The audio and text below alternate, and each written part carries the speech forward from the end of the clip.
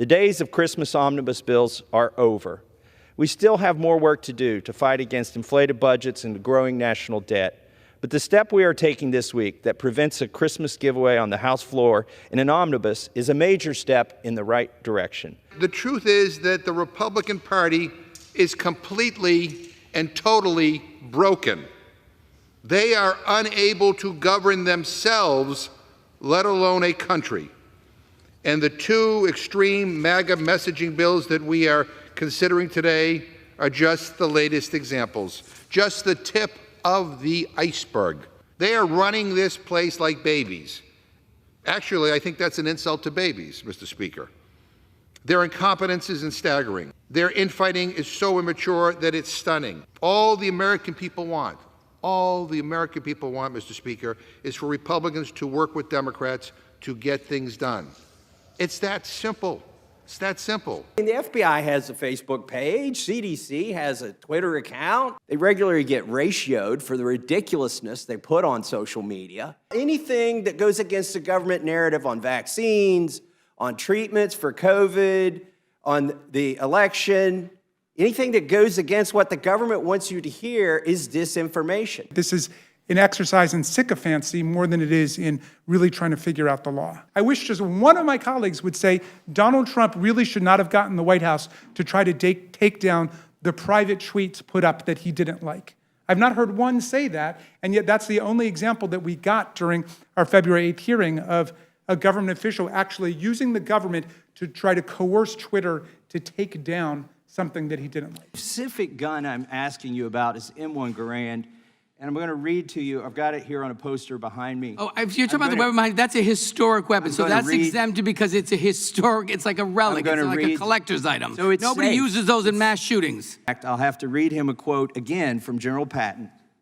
In my opinion, the M1 rifle is the greatest battle implement ever invented. Now I know... If you're quoting General Patton, that's good evidence it's a historic weapon. At least respect the victims of gun violence in this room and all across this country enough to not play games with some old, Patton, and probably have some from the colonial times. Like, really? Really?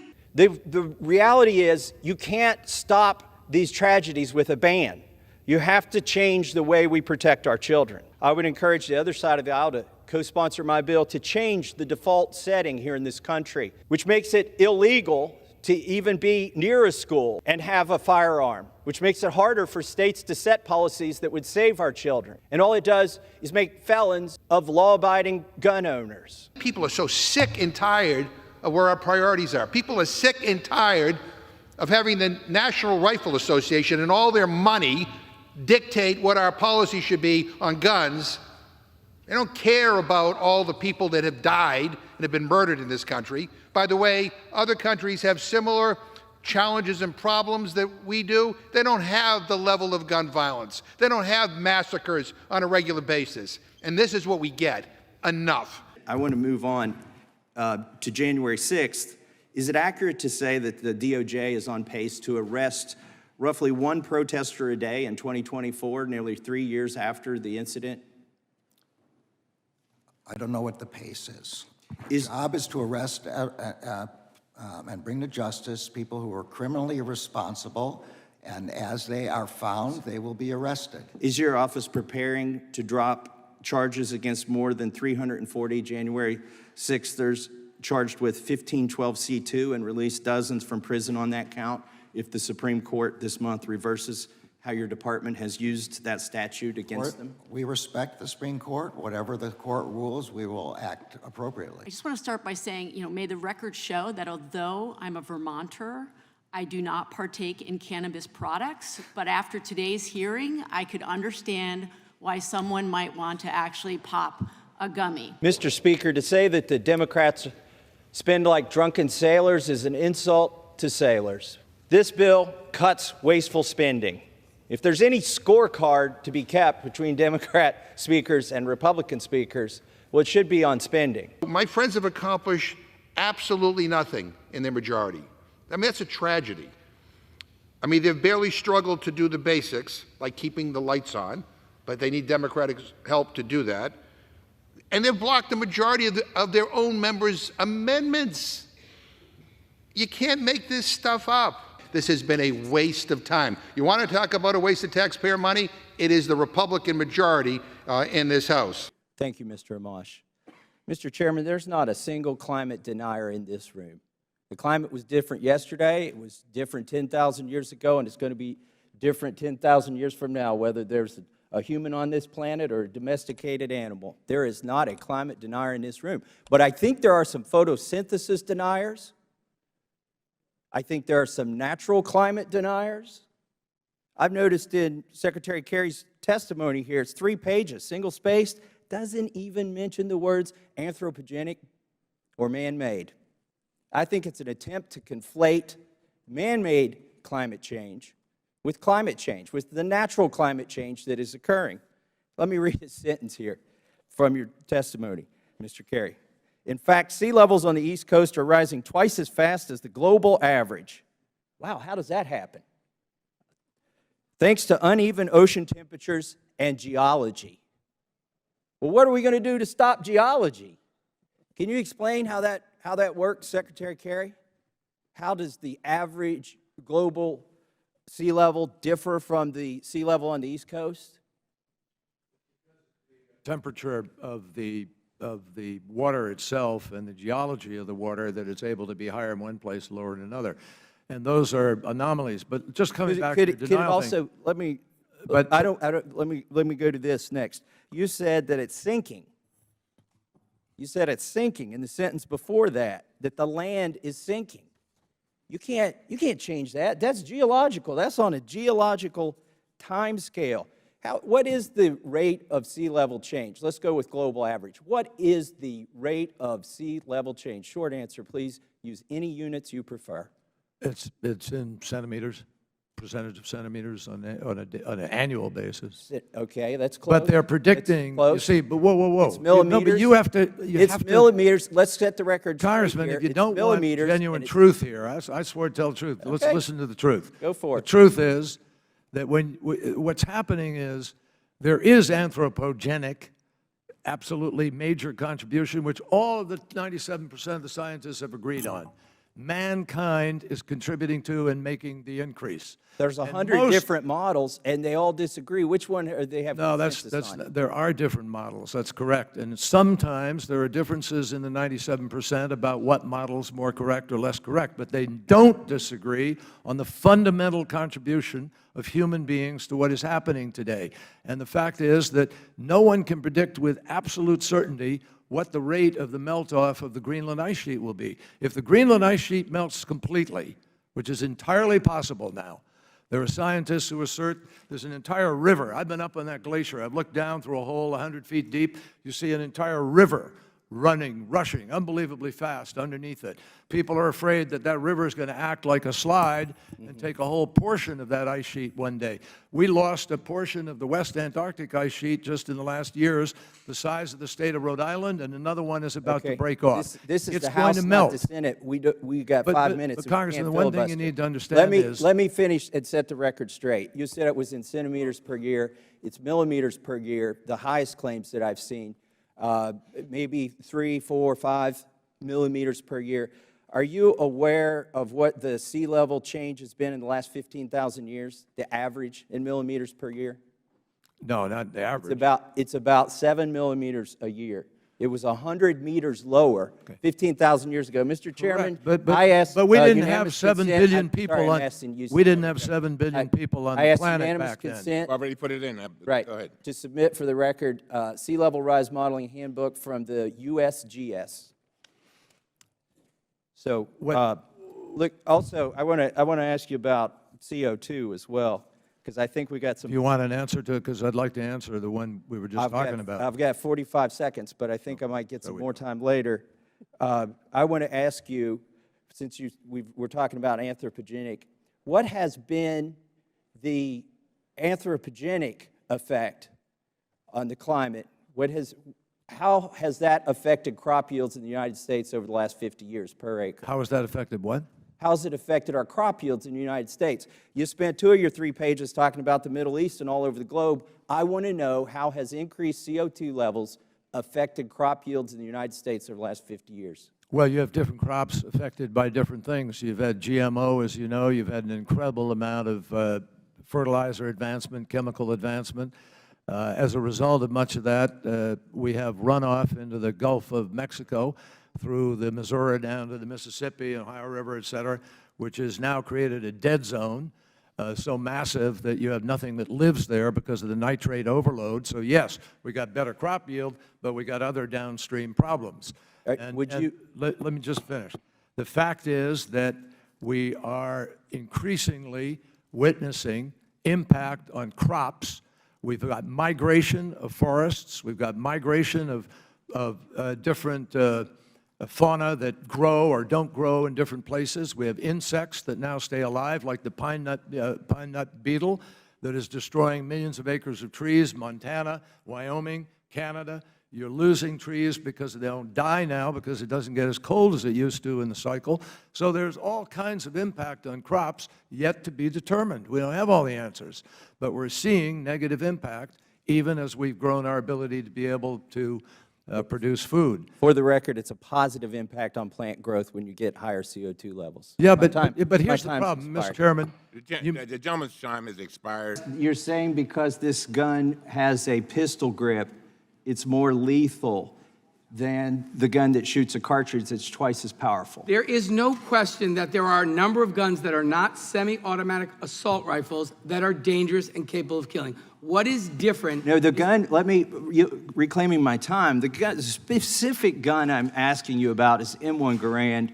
And I'm going to read to you, I've got it here on a poster behind me. Oh, if you're talking about the weapon behind, that's a historic weapon. So that's exempted because it's a historic, it's like a relic, it's like a collector's item. So nobody uses those in mass shootings, last time I checked. I'm going to submit for the record 2 articles from the 90s where that gun was used in a shooting. 30 years ago? No, what you're pretending is that you can ban a plastic gun and that a wooden gun won't be used. Look, if you want to add that gun to the list, you think it's still a danger, I'm happy to take that amendment. But it's not, let's be serious about this, Mr. Massey. Reclaiming my time, these are guns that are slaughtering children, and stop playing games with historic antique relics. We've got the author of the bill claiming that an M1 Garand is not a military weapon, when, in fact, I'll have to read him a quote again from General Patton. In my opinion, the M1 rifle is the greatest battle implement ever invented. Now, I know... If you're quoting General Patton, that's good evidence it's a historic weapon. What I need to also show you, because we were forced to watch a video of ballistics of a .223 round entering gelatin, you should also show the video of a .30-06 round entering gelatin, because it's more than twice as powerful, and this is not the gun that Mr. Cicilline bans, because it doesn't get him any political points. It does. Because it doesn't. Because it's used. Will the gentleman yield? No, I will not yield. You had a chance. You have no logic behind your bill. Every one of you are saying this bill bans weapons of war, when in fact it bans AR-15s, not M16s, and it specifically exempts the M1 carbine, which I showed you a picture at Iwo Jima was used. It specifically exempts the M1 Garand. The reason you exempt them, they have wood. They are wooden. And you know, or you think that you can bluff the public into believing that if you ban the black guns, that there will be no trouble with the wooden guns. The reality is it's all unconstitutional, as my colleague, Mr. Bishop, from North Carolina has already pointed out in the context of Heller, where they said that guns in common use can't be banned. Would the gentleman yield now? And I will not yield. You, Mr. Chairman, you can take your own time, please. But I would yield if you can explain why the black plastic gun that shoots .223 is more lethal than the wooden gun that shoots .30-06. As the point was made previously, the M1 of World War II, the various weapons that we saw the Chinese marching with, those ancient guns were far less lethal because they may have had a larger slug, but the muzzle velocity was much less. They didn't tumble, and that's why they were excluded from the ban. What I am telling you is you are putting on a show today because you're flashing pictures of a plastic gun around. I'm directing my comments to the chairman. Because you know you can scare people with that. And you need to apologize to all the people that you invited here today, telling them that you would solve their problem by banning the plastic gun. Because Mr. that Chairman, I is seek not recognition. going to solve anything. Mr. Massie made reference to the M16. That's already banned as an automatic weapon. He knows that. I also want to say, if you find historic or relics that are in fact not a current danger, to require families of victims of gun violence to sit and listen to that nonsense is deeply, deeply disrespectful.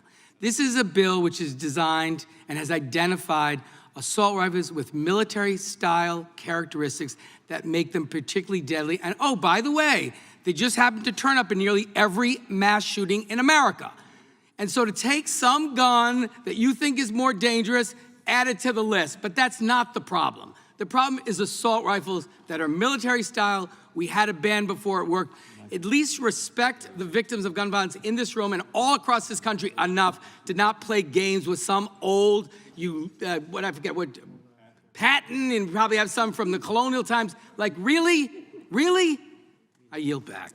You know, I had the great fortune to share breakfast with Justice Antonin Scalia before he passed away, several members of Congress. And one of my colleagues asked the Justice Scalia, he said, when are you going to help us restore constitutional balance of government? And Scalia scoffed at him. He said, what are you talking about?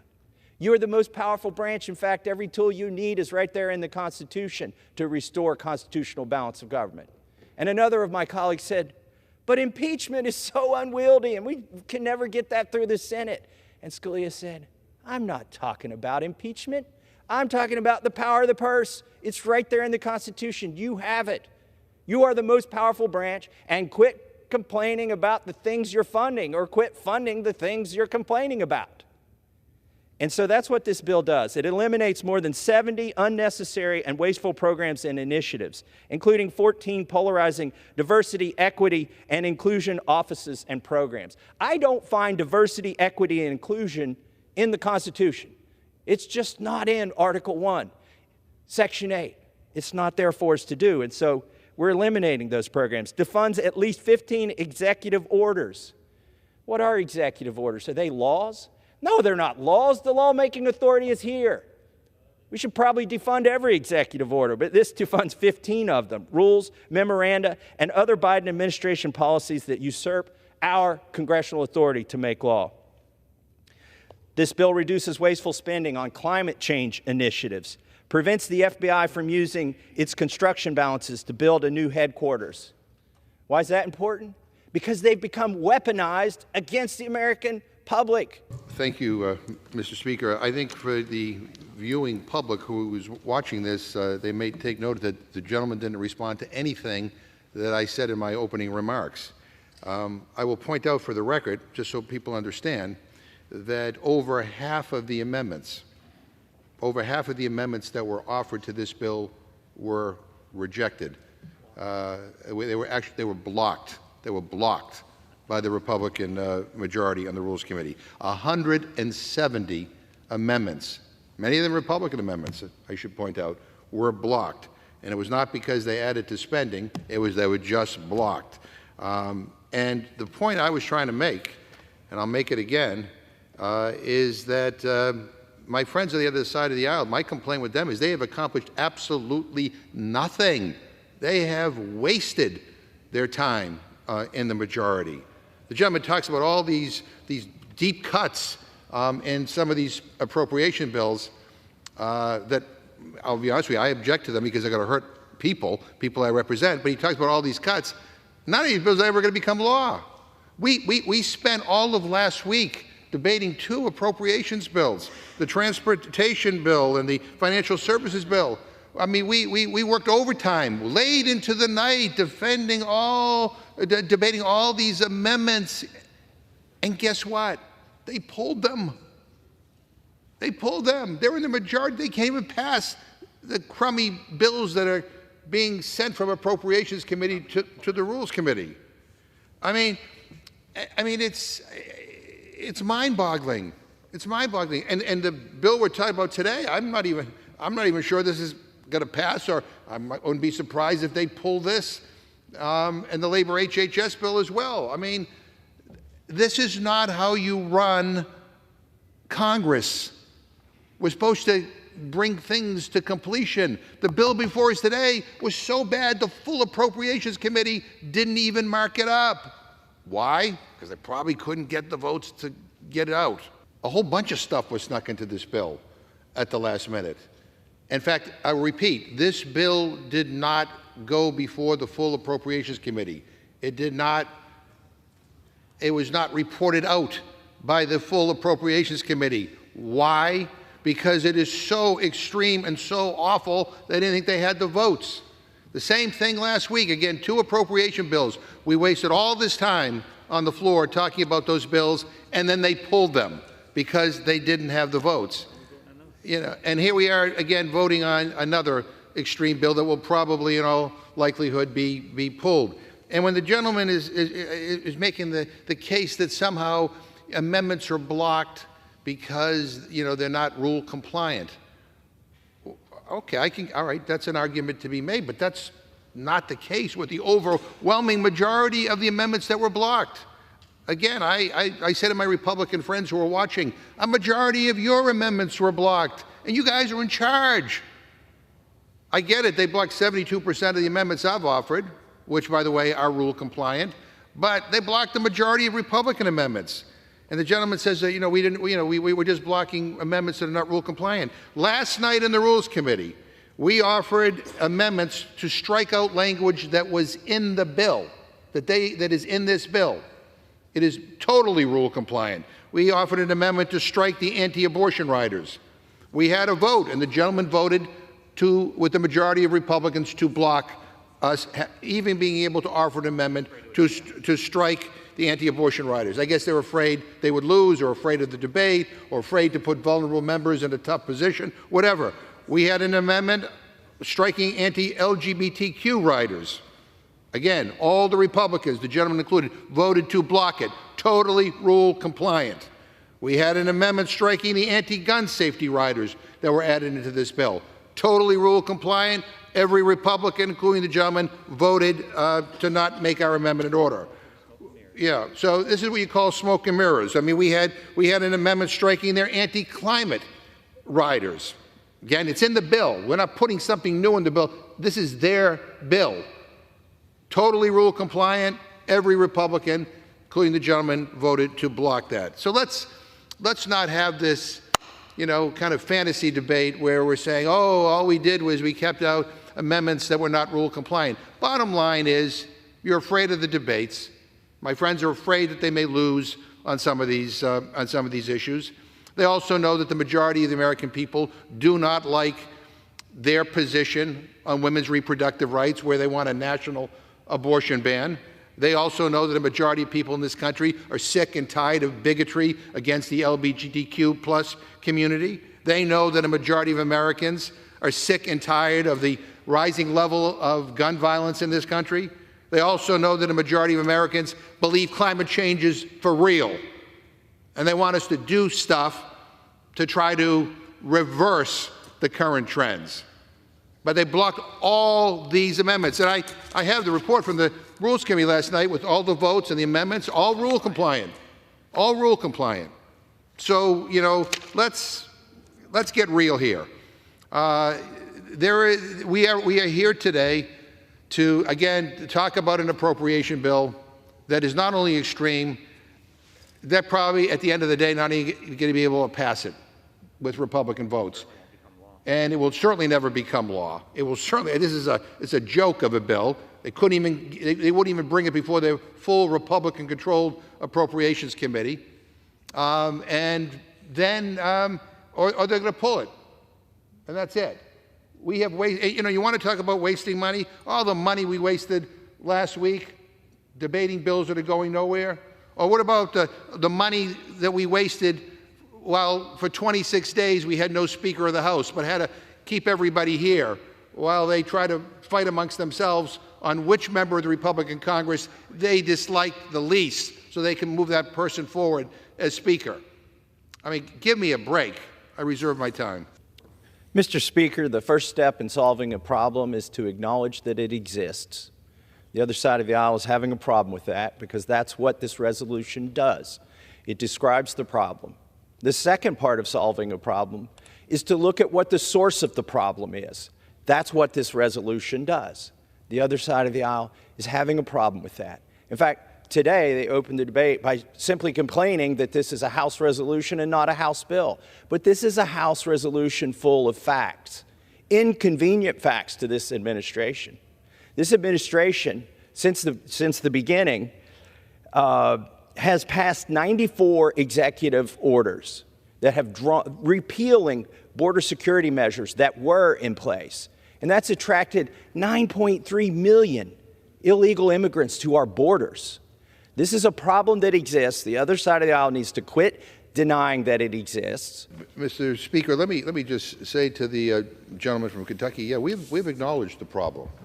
And maybe the gentleman wasn't listening to my eloquent oratory here, but I acknowledged and identified the problem at least 13 times in my speech. I think what I have a problem with, and people on our side of the aisle have a problem with, is that you've been acknowledging the problem, like we did 3 months ago with a non-binding resolution, a lot of times. And I think we don't think non-binding resolutions and acknowledging the problem or expressing our feelings is enough, that we have to actually do something. And to the other gentleman who just spoke, you know, we are horrified by the crimes that have been committed by undocumented immigrants who have come to this country, who have criminal records. And we pray for their families, and we want to do everything we can to make sure that these things never happen again. But I have a hard time when we gather and we hear this from my colleagues, when we have shootings that are happening in this country, you know, almost on a daily basis. I want to ask unanimous consent to insert the names: 19 children, 2 teachers killed in Uvalde. I want to ask unanimous consent to insert the names that were released by the coroner of the names of all 58 Las Vegas shooting victims. I go on and on and on. We could do something about that. Objections to order. We could do something about that, but the NRA provides lots of money, so my friends don't want to deal with it. I mean, come on.